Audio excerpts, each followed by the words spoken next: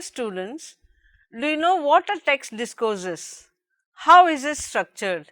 Any set of connected or linked sentences is known as a discourse structure. The structure of a discourse can be of a written form, spoken communication, or in the form of a debate. The sentences contained in a discourse are linked to each other by components such as result, explanation, occasion, and contrast. The structure of a discourse is basically any set of connected sentences.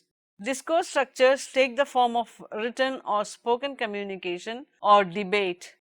Sentences in a discourse are related to one another by result, explanation, elaboration, contrast, and occasion. Let us now look at various elements of the discourse analysis, which include discourses, conversations, writing, communicative events, speech, and prepositions. These are often presented in the form of sentences. The main difference between text linguistics and discourse analysis is that the latter target at revealing the sociological and psychological features of a person or people rather than focusing on the simple text structure. The analysis of discourses have been taken up as a study in various disciplines such as social sciences, education sciences, basic linguistics, anthropology, psychology, etc. Each of these subjects has their own assumptions, dimensions of analysis and several methods. The main aim of this study is to examine how textual discourses are structured, understand their basic determinants and their properties. It is also observed that textual discourses need to be examined based on topical and functional elements as well as eventualities and discourse rationale. Basic determinants of discourse. In this topic, let us see about the fundamental determinant of a text discourse. To start with, let us understand that a discourse, a lecture or a simple conversation can be condensed as having some fundamental features in common. The author and the person who reads it should possess some set of common communication goals. Among such types of discussions, part of the information is known to both the reader and the writer, some of which that the writer knows and some of which only the reader knows. However, to achieve certain goals, the author goes through a series of speech acts. This part of a discourse is considered an intentional aspect. So, what is the informational aspect of a discourse? The pattern of how the discrepancies and differences held by an author and reader unfold is known as the informational aspect of a discourse. This term can also refer to the body of shared knowledge that is built up on a proposition at a particular time.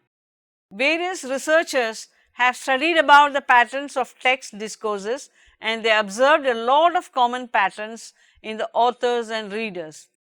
According to research in the natural language processing (NLP), it has benefited from the fundamental fact that text is nothing but a simple bag of words or sentences that can be arranged in a way appropriate for the situation around, but also sometimes position also holds significance. Now students, how many of you read newspaper? What do you read first? The headlines are designed to be attractive and bold to pull a reader's attention. Why do we read the headlines first? It is because it summarizes the whole news in a concise manner and in an attractive way too. As seen in the classes earlier, the position and how things are said or written gives more meaning to any discourse or writing. The other important determinants of a text discourse structure are order or the sequence matters in conveying events and the meanings.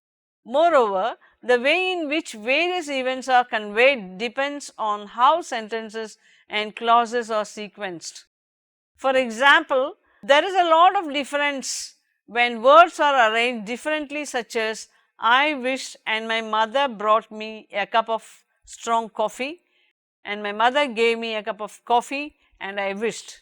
From this example, we can see the importance of adjacency, like what is meant to be conveyed can be twisted if the appropriate words are not adjacent or sequenced properly. On the other hand, context is always important. Most of the languages accomplish high economy through very little expressions that conveys the meaning if and only if a sentence is understood in context. The other intrinsic features of a textual discourse are the position, its order, how it is placed adjacently or not. The research on processing the discourse tries to solve these shortcomings posed by the expressions or sentences that are context bound. Properties of discourse structure. In the previous sections, we had discussed about the basis of the formalist structure and rhetorical structure and about the various elements such as eventualities of a text discourse. We had seen how these structures vary and how each of them is important to the text discourses. The basic structures or formats linked with topics, eventualities or functions have several formal properties that have resulted in automatic extracting and encoding the information received. We shall now see the importance of complexity, symmetry and coverage on this topic. Complexity refers to the task of identifying the structure through the process of segmentation, parsing or chunking. The ancient works on this discourse structure for both understanding of the text and generating it were determined to have a free structure.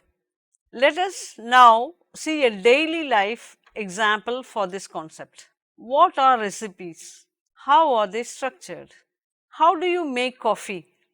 First, we take the ingredients required for this, then we follow the process of preparing and finally how it is served. For example, take a cup of milk and boil it. Then take a mug and add coffee powder according to your flavor. To this, add the required amount of sugar and then add the boiled milk slowly and stir till the ingredients are completely dissolved. Serve it hot or cold according to your taste. Tasty coffee is ready. Such forms of writing automatically consist of various structured isomorphic, which are tree-like. According to the rhetorical structure theory (RST), the terminal nodes are projected to the elementary discourse units, whereas the non-terminals are related to a complex discourse unit with specific rhetorical relations. Coverage on the other end indicates how much percentage of a discourse belongs to the structural analysis. Let us take an example. Every component of a discourse gives a meaning or it belongs within topic segmentation. So, by understanding and identifying the segmentation, it provides a full coverage of the text. On the other hand, the structure of the discourse relations and reviewing through a process called as chunking may result in only partial coverage. Chunking is a process which helps in bringing together sections of the discourse. There are many phrases in annotating some databases like the Penn discourse tree bank, including the attribution phase that is inserted in an argument to a discourse relation if the connection is between an attribution and some other argument. For example, this can be demonstrated with a contrast between various people or between two people. The second principle is the minimality principle that needs an argument to be included and to complete the inference and prediction part of a given discourse. Symmetry basically deals with the significance of the various parts of the structure of a discourse and whether the various parts have an equal weightage. According to the RST, it considers some discourse relations to be asymmetric with one of the arguments as a nucleus or the center of focus, and the other argument as its satellite. To summarize, all the three components such as complexity, coverage and symmetry of a text discourse is significant in its own way. Topic and function elements of text discourse analysis. In the previous section, we had seen the concepts of basic determinants in a text discourse and about patterns in the discourse structures also. Here, we shall see the topic and the functional elements of text discourse analysis. The primary structured text is a topic discourse. Any discourse can be classified by the topics, each of which contains a set of entities and a restricted range of things said about them. The structure of a topic is very common in the expository related text in every textbook or encyclopedias. Any topic can be categorized by the question it addresses. For example, gliders or aircraft which do not have a motor. They are sometimes called sailplanes. What defines a glider?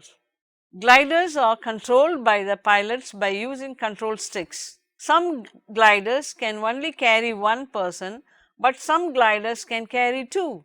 In gliders with two seats, each pilot has a control stick. Gliders always have seats for the pilots. How gliders are controlled? Low-level evidence for the topic structure of discourse comes from the strong correlation between topic and vocabulary usage, which researchers called lexical cohesion. This can involve word repetition, the use of semantically related words such as hypernyms, more general terms, hyponyms, more specific terms, synonyms, terms with a similar sense, and meronyms, terms that refer to a part of a given whole, as well as the usage of words that bear more common associations such as between air and fly or aircraft and pilot. Lexical cohesion can simply be a matter of the density of related terms within a segment or of particular patterns of related terms such as vocabulary related chains defined as sequences of semantically related words. For example, consider gliders, hypernym, aircraft gliders, synonym, sailplanes, gliders, meronym, wings. Discourse can also be structured by the function served by its elements, that is, by the role in the communication. One can identify very general communicative roles or intentions, for example, assess another element in following its communicative roles, or more specific ones. For example, present a conclusion drawn from previous discourse elements.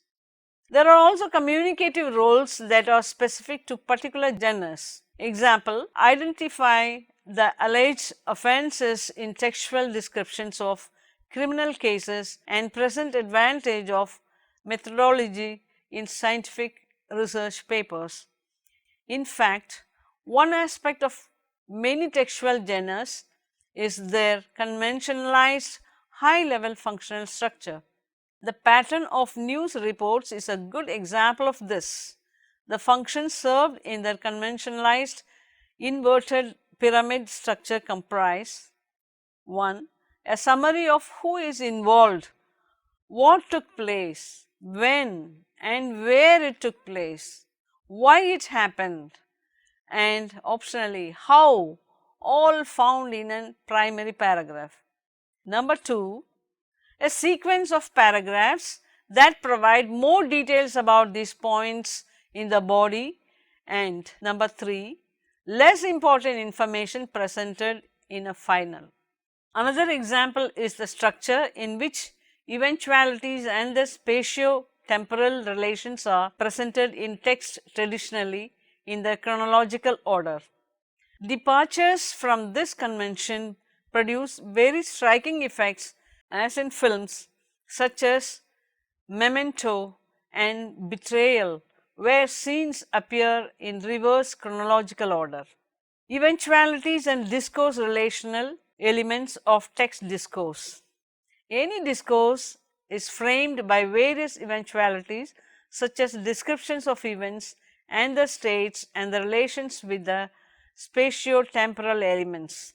Such structures can be generally observed in new reports or magazine articles, the procedure section of a scientific paper in a journal, in medical reports of accidents, and very commonly in narrative paragraphs. The two devices used for structuring discourses are topics and functions. Although certain eventuality patterns may be traditional, the protagonist of a narration is addressed usually with an interdiction. In this case, the protagonist or the hero is asked to do something. Let us consider cases in which the violation of the interdiction happens and the hero has to do the actions, or the hero leaves back home in pursuit of a search or an adventurous journey. The third possibility is that the hero is attacked and this paves an introduction for the helper or the survivor. In the earlier years, researchers were interested in studying either the linear or hierarchical structuring of the narrative text. These types of texts were presented as story schemata or story grammars. These kinds of scripts were created in order to fill the gaps in such stories or answer queries about the stories. Every discourse too has a low level structure that links to the discourse relations and holds between the semantic content or two units of a text discourse. Each probably contains one or more sentences or even clauses. The relations could be between the acts of speech in one, the semantic base content in the other. What is semantic content? According to literature, it is a proposition, an event, a situation or a fact. Relations of discourses can be explicitly expressed by extensively used discourse connectives. For example, such as the kite was created in China about 2800 years ago. Later it spread into other Asian countries like India, Japan and Korea. However, the kite only appeared in Europe by about the year 1600. Here, the adverbial later expresses a succession relation between the event of creating kites and that of kites spreading to other Asian countries, while the adverbial however expresses a contrast relation between the spread of kites into other Asian countries and the spread into Europe. One can consider each of this a higher order predicate argument structure with the discourse connective conveying the predicate with two abstract objects expressing its arguments.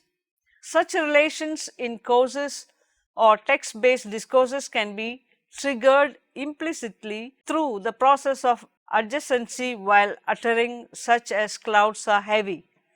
This sentence, however, intends to mean that the water content in the cloud might weigh several million tons. In this example, the first type of utterance means the clouds are literally heavy by its mass. On the contrary, the second utterance attributes the weight or the mass of the cloud to the water content containing by the clouds. These kinds of utterances could be used in cases of narrative essays or in dramatic plays where twisting the utterances could attract the audience to interpret the play in their own manner. Formalist versus rhetorical approach to discourse. The recognition and the classification of different forms of discourse is largely dependent on the nature or notion or genre. According to folklorists and literary scholars, it is seen that the definite features of speech events and written forms are classified to identify the universal types of form. The aim such research measures is to establish making taxonomies and typologies associated with universal types of form. Such efforts have been classified as generic or formalistic forms of text discourse. Such text discourses made efforts to present a basic story structure using distinct well-established patterns which are to be differentiated from other forms. According to some authors, the use of a formalist approach helps in establishing a set of criteria which will determine the boundaries between different extended discourses. The use of such an approach has the advantage of presenting rigorousness with regards to variations in structure. Such variations can be used to describe and determine the types of text discourse. However, some researchers do not agree with such an approach to text discourse. These researchers indicate that while the formalist approach can be used to describe the nature of the fixed text like literature, document studies, etc., it cannot be used to describe everyday spontaneous text discourse. The use of a formalist approach often overlooks the presence of interactive functions between different discourse structures. The primary contention behind the promotion of a formalist approach is that textual discourses are organized texts and hence need not account for spontaneous text patterns. The other author branch promotes the idea that defining genres mainly on the basis of the structural features is a misguided effort. These authors promoted a rhetorical approach. The formalist tradition is challenged due to the neglect of the communicative branch associated with text genres. In the rhetorical approach, all discourse types including narratives are considered as parts of interactional sense-making situations. Such situations are sued to emphasize discourses as communicative events. Bauman et al. Suggested the use of storytelling as an example of rhetorical approach to text discourses. The authors claim that by adapting a rhetorical approach as opposed to formalist approach, it is possible to avoid using previously established criteria for generic boundaries. This will help in the identification of the socio-pragmatic features associated with textual discourses. Godwin further supported this theory by adapting an interactional positioning strategy towards textual discourses. The authors examined the storytelling patterns of African American literature by giving focus on both social and interactional functions of narratives. By identifying how the pattern of text are written by children across ages and genders, the author established some differences. Furthermore, according to the authors, by examining naturally occurring stories, we can see how narrative structure is related to the participation structure of the movement and current social projects. Therefore, it is concluded that there can be two different forms of approaches to the establishment of discourses. These include formative and rhetorical. Formative is useful for more detailed approaches, while the rhetoric is useful for spontaneous text discourses and storytelling.